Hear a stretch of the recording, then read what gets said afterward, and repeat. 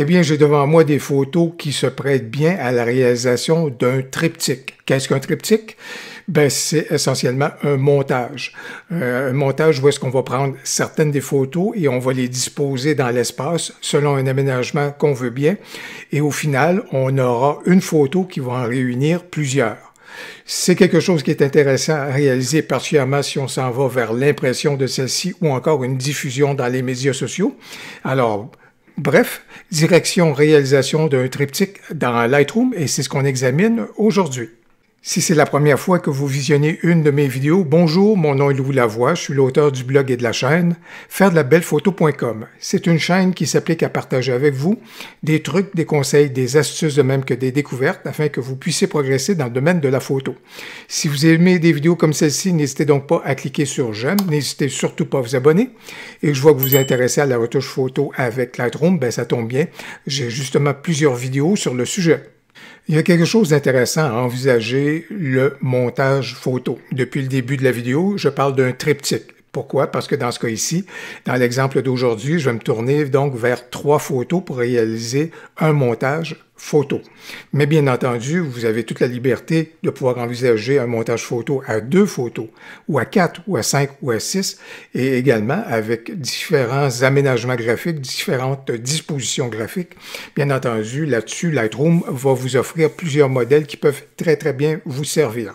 Incidemment, je vais le faire à l'intérieur de Lightroom pour vous initier par rapport aux possibilités du logiciel dans le domaine du montage photo, mais si vous n'avez pas Lightroom, vous pouvez évidemment explorer le tout avec Canva.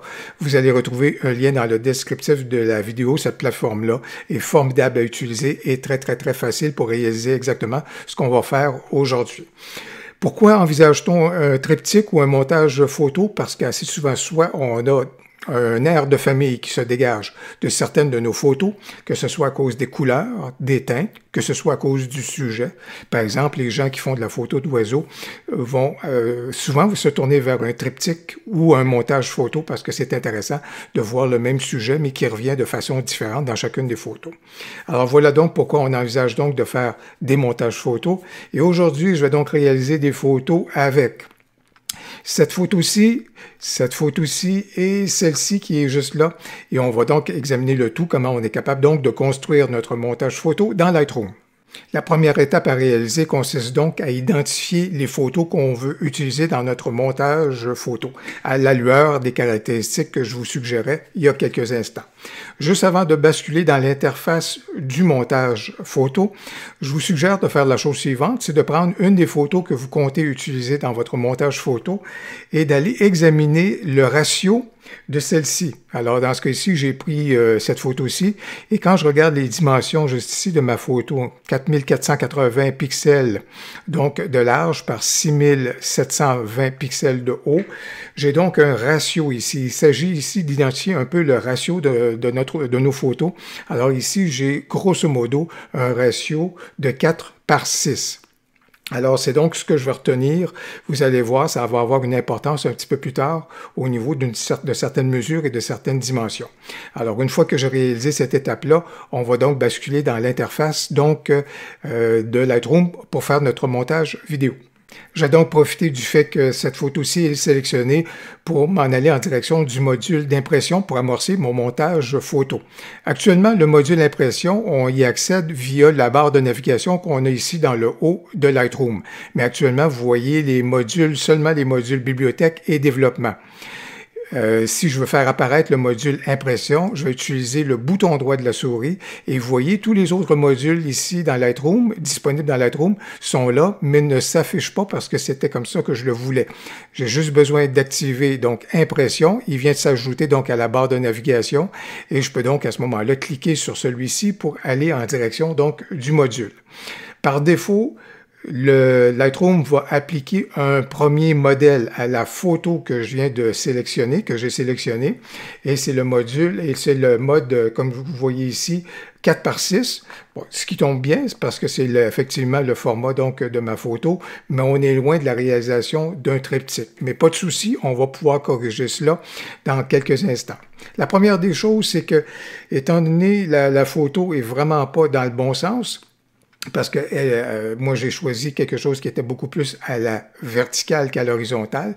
Et si cette situation-là survient, c'est parce que juste ici, Lightroom a choisi d'adapter par rotation la photo. Donc, j'ai juste besoin de décocher cela ici et je viens de rétablir le bon sens de la photo. Et juste ici, Lightroom a également choisi de cocher par défaut Zoom pour remplissage. Alors, voilà donc ma photo est revenue donc à son ratio d'origine, si vous voulez, et dans la bonne direction, si vous voulez, ou dans la bonne perspective. C'est parfait. Sauf qu'il nous manque plusieurs autres photos et on va aller chercher celle-ci et on va commencer à faire notre mise en scène. Évidemment, comme c'est là, la mise en page est en fonction d'une seule photo. Alors, on a l'option de se tourner vers les différents modèles qu'on a ici dans Lightroom, comme vous pouvez le constater. Et à partir du moment que vous faites tout simplement survoler les modèles en question, vous voyez les différentes mises en page qui s'offrent à vous. Et il s'avère que dans les modèles, ben, ça tombe bien. J'ai la possibilité ici d'utiliser un triptyque. Soit dit en passant, que je clique là-dessus ici ou que j'utilise ici le modèle de base, on est capable de faire les aménagements qu'on veut bien donc par la suite. Alors, je vais y aller ici, puis je vais profiter du modèle triptyque. Et manifestement, vous pouvez voir que le triptyque comme c'est là se fait surtout dans une perspective verticale. Moi, dans mon esprit, je veux m'en aller vers une perspective horizontale, donc dans un format paysage. Alors, c'est pourquoi je vais travailler au niveau de l'aménagement de la photo. Mais avant d'aller plus loin, je vais peut-être aussi, tout de suite à ce moment-là, greffer tout de suite les deux autres photos à que je voulais donc intégrer dans mon triptyque. Et voilà donc les photos en question que je viens de sélectionner à partir donc de la pellicule. Alors, je peux donc faire disparaître celle-ci. Et comme je le dis, comme c'est là, j'ai un triptyque qui commence à s'amorcer, qui s'amorce, si vous voulez, mais il n'est pas dans la bonne perspective, si vous voulez. Alors, on va pouvoir aller corriger cela immédiatement. Pour corriger l'orientation de ce qu'on a et du modèle qu'on a devant les yeux, la tentation peut être grande de se tourner vers, si je regarde juste ici dans le bas à gauche, mise en page, et me tourner vers l'interface et la configuration de l'impression pour dire, ben, je vais changer l'orientation et basculer le tout en mode paysage. Et en ce sens-là, on s'en va dans la bonne direction parce que c'est le mode paysage. Sauf que on vient d'apporter cette correction-là à un document qui est à imprimer. Si je remets l'interface juste ici, c'est comme si vous étiez en voie d'imprimer ce que vous avez devant vous. Or, on sait que dans notre cas, on s'en va vers plutôt la création d'un fichier JPEG. Alors, on peut le laisser dans ce sens-là et profiter de cette astuce-là, mais on va aller corriger la situation tout de suite. Et comment est-ce qu'on va corriger cela? Bien, on va dire imprimer au format non. Au niveau des travaux d'impression, pas du tout. Je veux plutôt créer un fichier JPEG. À partir du moment qu'on fait cela, on voit que l'interface vient de changer complètement juste ici. Et dans ce sens-là, juste ici, au niveau de l'impression format JPEG, ben, quelle est la résolution du fichier? 100 points au pouce. Ça peut être tout à fait correct de le laisser à ce mode-là. On peut aller vers 200 points au pouce ou 300 points au pouce, si on veut une plus grande qualité au moment de l'impression, si vous voulez. Mais à 100 points au pouce, ça peut être tout à fait correct. La qualité JPEG, on va le mettre à 100. Mais tout de suite ici, c'est là que ça importe. Quelle est la dimension de fichier qu'on va vouloir produire comme fichier JPEG. Et là, rentre en ligne de compte ce que je vous demandais tout à l'heure d'identifier, c'est-à-dire les ratios de votre photo.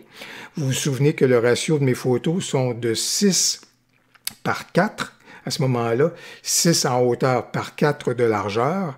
Alors, c'est pourquoi que le fichier personnalisé JPEG avec lequel je vais vouloir conclure, dans ce cas ici, c'est que je vais vouloir avoir un fichier JPEG. Et dans le cas des mesures canadiennes, à ce moment-là, bon, en fait, au Québec et dans le domaine de la photo, je sais que le format qu'on peut privilégier au niveau d'un triptyque, c'est 18 pouces de large par 12 pouces de haut. Et 18 par 12, bien, si vous faites la multiplication au niveau de ce que je vous disais, le ratio 4 par 6 ou 6 par 4, 6 fois 3, 18, 4 fois 3, 12. Alors voilà donc mon ratio donc, avec laquelle je voudrais conclure donc mon montage triptyque. Bien entendu, comme c'est là, il y a des choses qui ne fonctionnent pas. Mais on va aller corriger ça tout de suite. Qu'est-ce qui ne fonctionne pas? Présentement, Lightroom a encore coché par défaut Zoom pour remplissage. Alors, je vais décocher cela ici. Et après ça, je vais aller juste ici dans les éléments de disposition qu'on retrouve juste là. Ici, au niveau de la taille des cellules, je vais tout de suite aller corriger cela ici parce que par défaut, Lightroom a coché cellules carrées. Je veux pas du tout des cellules carrées. Je veux m'en aller vers le plein format donc de mes photos. Et dans ce sens-là, je vais prendre ici la hauteur donc de ma cellule pour augmenter celle-ci jusqu'à sa pleine expression. Et je vais faire également la même chose au niveau de la largeur. Alors, comme vous pouvez voir, comme c'est là, ici, je viens de retrouver mes photos à leur pleine grandeur et selon leur plein ratio. Je peux continuer de peaufiner les éléments et c'est pour ça que je vais remonter juste ici au niveau de mes marges. Alors, ce qui peut être intéressant juste ici, au niveau de l'espacement des cellules entre mes photos, ce serait sympathique que je puisse avoir une légère ouverture, par exemple, qui permet de voir qu'on parle bien de 3 photos qui sont distinctes et non pas d'une grande photo. Alors, dans ce cas ici, je viens justement d'avoir, donc, on voit qu'on retrouve bien nos 3 photos. Ça peut être intéressant. Ça peut être également intéressant d'avoir une toute petite marge au niveau de la marge de gauche, une marge équivalente, donc, du côté droit, dans ce cas ici. Et bien entendu, pour faire ma mise en page, ce qui pourrait être intéressant, surtout que je m'en vais vers une signature que je vais vouloir appliquer au bas de mes triptyques. À ce moment-là, je vais profiter de mes possibilités au niveau de mes marges, juste ici, pour profiter de mes marges de pied et pour remonter et créer donc une marge de pied un petit peu plus importante, ce qui fait que de facto, je suis en train donc de remonter l'ensemble de mes 3 photos. Alors voilà donc en travaillant avec mes marges, en créant une marge à droite, une marge à gauche, de même qu'un espacement entre mes cellules. Voilà donc comment j'ai réalisé donc la mise en page que vous retrouvez maintenant. À partir du moment qu'on a profité juste ici du panneau de disposition avec les marges, avec la taille des cellules pour aménager nos photos, leur donner leur dimension et leur positionnement, ben les autres étapes qui nous restent à ce moment-là sont davantage des éléments de stylisation qu'on peut apporter donc à notre triptyque. En l'occurrence, par exemple, juste ici, contour du cadre, on peut très bien en arriver à déterminer qu'il y ait une bordure autour de nos photos si on le souhaitait. Dans ce cas ici, je ne le ferai pas, mais c'est effectivement un élément qu'il est possible. Juste ici, à partir de maintenant, au niveau de la page, on peut regarder des éléments qui vont s'ajouter donc à notre page. Et juste ici, par exemple, couleur d'arrière-plan de la page, on peut très bien choisir avec l'outil qui nous est proposé et en activant celle-ci, en activant la fonction, d'aller déterminer donc une couleur qu'on peut apporter. En choisissant peut-être à l'intérieur, donc avec cet outil-ci qu'on est capable de le faire, donc, et en regardant des éléments ou encore des coloris d'arrière-plan qui sont déjà déterminés. Mais je vous dirais une petite astuce, évidemment, vous le savez, on peut profiter du pinceau ou de la pipette qu'on a dans l'outil pour aménager celle-ci à l'extérieur en gardant notre doigt enfoncé sur la souris. Puis on est capable d'amener la pipette à l'extérieur donc de l'outil et donc la faire circuler dans notre photo pour aller chercher des couleurs qui seraient peut-être les plus judicieuses et qui s'harmoniseraient bien à ce moment-là avec notre photo. Par exemple, dans ce cas ici, je peux peut-être aller vers quelque chose qui va être un peu plus serré, je vous dirais un petit peu plus sévère, parce que c'est quand même des photos qui s'y prêtent avec un contexte urbain. Et je vais aller vers donc un arrière-plan qui serait donc de cette nature-ci. Donc, et je vais faire donc disparaître la chose. Je pense que je vais modifier mon affichage d'arrière-plan pour que ce soit plus facile pour vous de voir le travail donc qui est en cours, parce que mon arrière-plan de triptyque s'apparentait pas mal à mon arrière-plan et à mon écran de fond à ce moment-là dans Lightroom. Alors, je pense que ça vous permet de mieux voir à ce moment-là la création du triptyque. Une fois après avoir choisi l'arrière-plan donc du triptyque, vous pouvez ou non, c'est vraiment à votre convenance, mais si je me suis dégagé un espace ici, c'est parce que j'étais intéressé donc à mettre ce qu'on appelle une plaque d'identité. Qu'est-ce que c'est une plaque d'identité? Ben, c'est une signature, ça peut être votre logo, ça peut être un filigrane, si vous voulez, que vous êtes en mesure d'apposer, qui vient donc signer donc votre triptyque, ça peut être la thématique ou encore une pensée que vous voulez greffer donc à votre montage photo. Et dans ce cas ici, à ce moment-là, on a la possibilité juste ici de cliquer et de choisir à ce moment-là sur différentes créations qu'on aurait déjà fait, ou encore d'aller chercher, si vous voulez, une plaque d'identité qui nous permettrait à ce moment-là de pouvoir aller chercher, par exemple, si jamais vous avez eu recours et vous vous êtes créé un PNG avec transparence, si vous avez suivi mon tutoriel il y a quelques semaines pour vous créer un PNG avec transparence, vous pourriez à ce moment-là aller télécharger le fichier en question à ce moment-là pour pouvoir l'amener dans votre photo et l'utiliser donc à l'intérieur de votre triptyque. Mais dans ce cas ici, moi je vais me tourner plutôt vers les plaques d'identité que j'ai déjà de créer, non pas celle-ci, je vous dirais, mais je vais aller vers celle-ci. Je voudrais peut-être faire une modification à celle-ci, donc je peux cliquer sur modifier. Et comme c'est là, j'ai donc accès à la mise en page donc de ma plaque. Je vais greffer cet élément graphique-ci. Et voilà donc que ça va venir donc s'appliquer à l'intérieur donc de ma plaque d'identité. Je peux aussi choisir une couleur de remplacement, donc l'amener vers donc le blanc.